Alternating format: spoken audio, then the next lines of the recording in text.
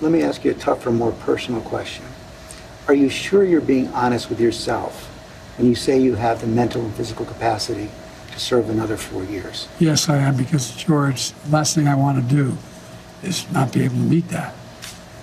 I think, as some of the senior economists and senior foreign policy specialists say, if I stop now, I'd go down in history as a pretty successful president. No one thought I could get done what we got done.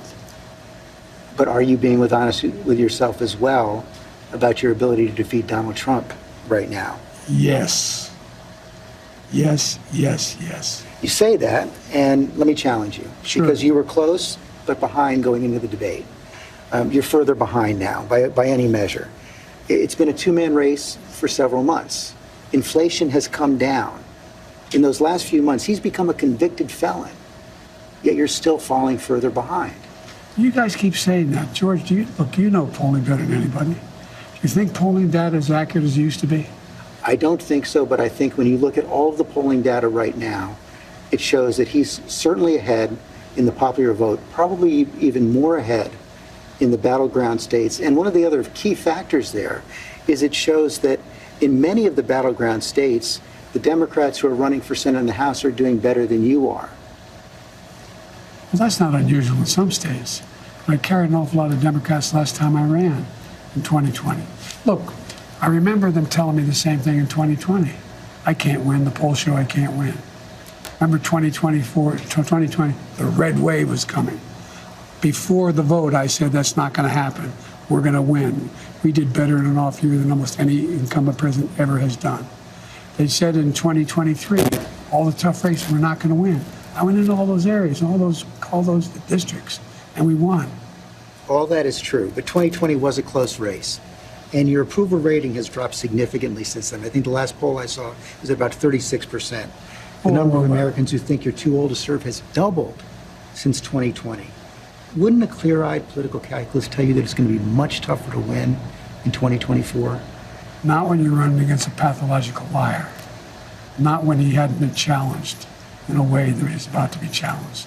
Not when people... You've had months to challenge him. Oh, I sure had months, but I was also doing a hell of a lot of other things, like wars around the world, like keeping NATO together, like working... Anyway. But look... Do you really believe you're not behind right now? I think it's all the pollsters I talk to tell me it's a toss-up. It's a toss-up. And when I'm behind, there's only one poll I'm really far behind. CBS poll and NBC, and... New York Times and NBC both have you about 6 points behind in the popular vote. That's exactly right. New York Times had me behind before anything happened to do with this race. Had me behind 10 points. 10 points had me behind. Nothing's changed substantially in the debate, the New York Times poll.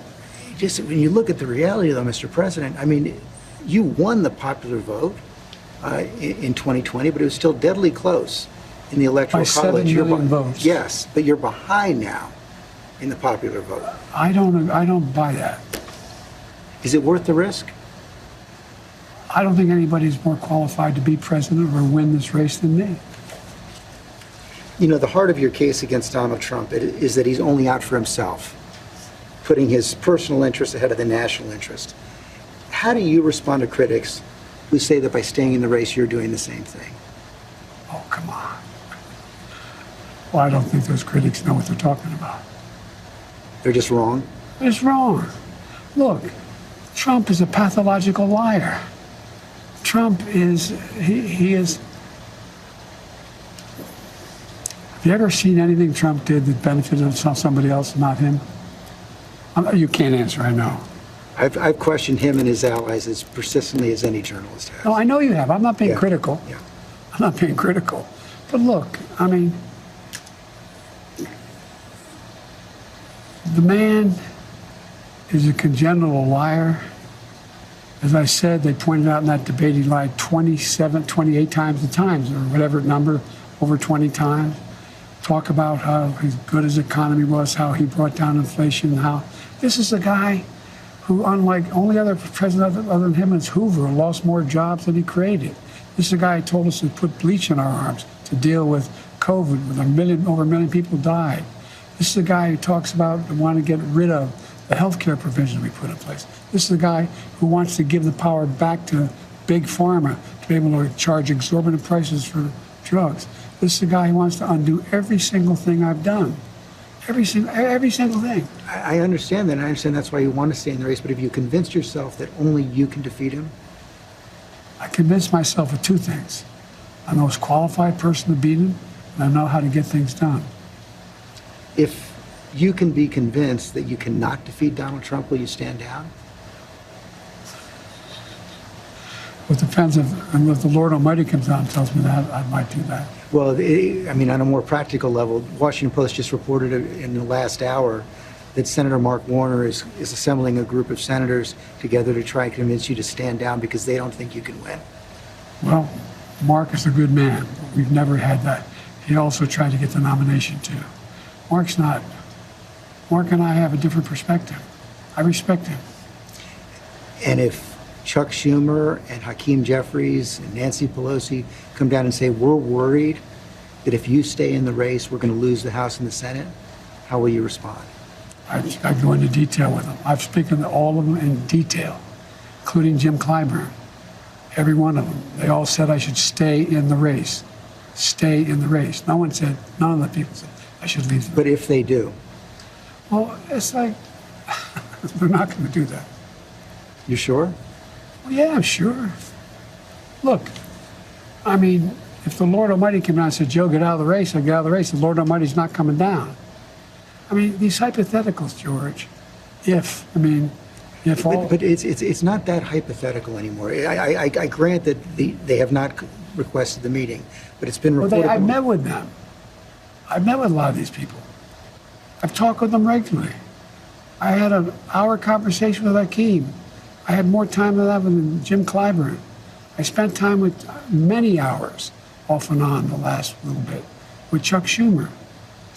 It's not like I had all the governors.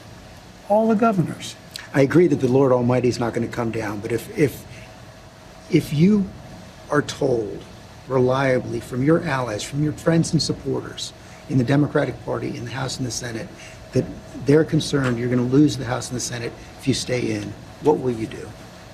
I'm not going to answer that question. It's not going to happen. What's your plan to turn the campaign around? You saw it today. How many people do you draw crowds like I drew today? You find me any more enthusiastic than today? Huh? I mean, I don't think you want to play the crowd game. Donald Trump can draw big crowds. There's no question about that. He can draw a big crowd, but what does he say? Who's he have? I'm the guy supposedly in trouble. We raised $38 million within 4 days after this. We have over 1 million individual contributors. Less than $200. I've not seen what you're proposing. You haven't seen the fall off in the polls. You haven't seen the reports of discontent in the Democratic Party, House Democrats, Senate Democrats. I've seen it from the press. You know, I've heard from dozens of your supporters over the last few days, and a variety of views, I grant you that. But the prevailing sentiment is this. They love you, and they will be forever grateful to you for defeating Donald Trump in 2020. They think you've done a great job as president, a lot of the successes you outlined. But they are worried about you and the country, and they don't think you can win. They want you to go with grace, and they will cheer you if you do. What do you say to them? I say the vast majority are not where those folks are. I don't doubt there's some folks there. Have you ever seen a group at time when elected officials running for office aren't a little worried? Have you ever seen that? I've not. Same thing happened in 2020. Oh, Biden, I don't know, man. What's he going to do? He may bring me down. He may. Mr. President, I've never seen a president at 36% approval get reelected. Well, I don't believe that's my approval rate. That's not what our polls show. And if you stay in and Trump is elected and everything you're warning about comes to pass, how will you feel in January? I feel as long as I gave it my all and I did the good job as I know I can do. That's what this is about. Look, George, think of it this way. You've heard me say this before. I think the United States and the world is at an inflection point where the things that happen in the next several years are going to determine what the next 6, 7 decades look like. And who's going to be able to hold NATO together like me? Who's going to be able to be in a position where I'm able to keep the Pacific Basin in a position where we're at least checkmating China now? Who's going to do that? Who has that reach? Who knows all these? We're going to have, I guess, a good way to judge me is you're going to have now the NATO conference here in the United States next week. Come listen. See what they say. Mr. President, thanks for your time. Thank you.